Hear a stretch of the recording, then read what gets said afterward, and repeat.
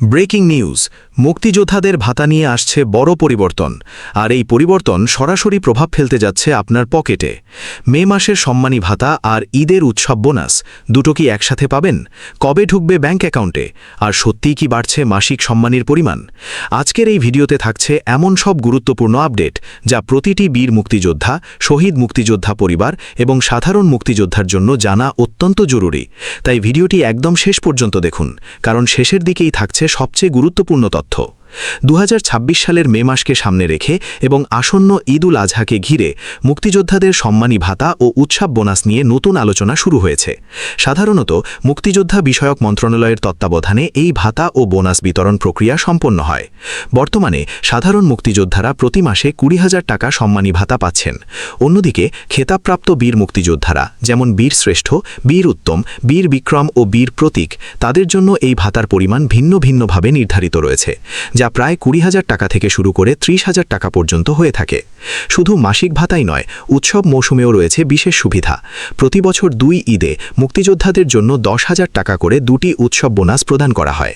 ফলে বছরে মোট 20,000 টাকা অতিরিক্ত বোনাস পাচ্ছেন তারা। তবে এবার সবচেয়ে বড় প্রশ্ন, মে মাসের ভাতা এবং আসন্ন ঈদ উল আজহার বোনাস কি একসাথে ব্যাংক অ্যাকাউন্টে জমা হবে? সর্বশেষ তথ্য অনুযায়ী খুব সম্ভবত এই দুটি অর্থই একই সময়ে, অর্থাৎ ঈদের আগেই সরাসরি ব্যাংক অ্যাকাউন্টে জমা দেওয়া হবে।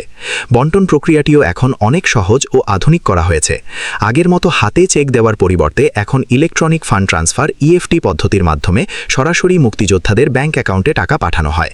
ফলে ভাতা ও বোনাস পাওয়া এখন অনেক বেশি নিরাপদ, দ্রুত এবং ঝামেলাহীন হয়ে উঠেছে। এখন আসি সবচেয়ে বড় আপডেটে, মাসিক সম্মানী ভাতা বৃদ্ধি। আগামী 11 জুন 2026 তারিখে জাতীয় বাজেট ঘোষণা হতে যাচ্ছে। আর সেই বাজেটেই মুক্তিযোদ্ধাদের জন্য আসতে পারে সুখবর। 2026-27 অর্থবর্ষ থেকে কার্যকর হওয়ার সম্ভাবনা রয়েছে নতুন ভাতা কাঠামো। প্রস্তাব অনুযায়ী সাধারণ মুক্তিযোদ্ধাদের মাসিক সম্মানী 20,000 টাকা থেকে বাড়িয়ে 25,000 টাকা করা হতে পারে। অন্যদিকে বীর মুক্তিযোদ্ধাদের জন্য এই পরিমাণ 30,000 টাকা পর্যন্ত নির্ধারণের পরিকল্পনা রয়েছে। শুধু তাই নয়, খেতাবপ্রাপ্ত শহীদ মুক্তিযোদ্ধা পরিবারের ক্ষেত্রেও বড় পরিবর্তন আসতে যাচ্ছে। তাদের বর্তমান ভাতা 5,000 থেকে 10,000 টাকা পর্যন্ত বাড়ানোর প্রস্তাব রয়েছে। অর্থাৎ বীর শ্রেষ্ঠ শহীদ পরিবারের সদস্যরা পেতে পারেন 30,000 টাকা পর্যন্ত, বীর উত্তম পরিবার পেতে পারেন প্রায় 25,000 টাকা এবং বীর বিক্রম ও বীর প্রতীক পরিবারের জন্য নির্ধারিত হতে পারে প্রায় 20,000 টাকা।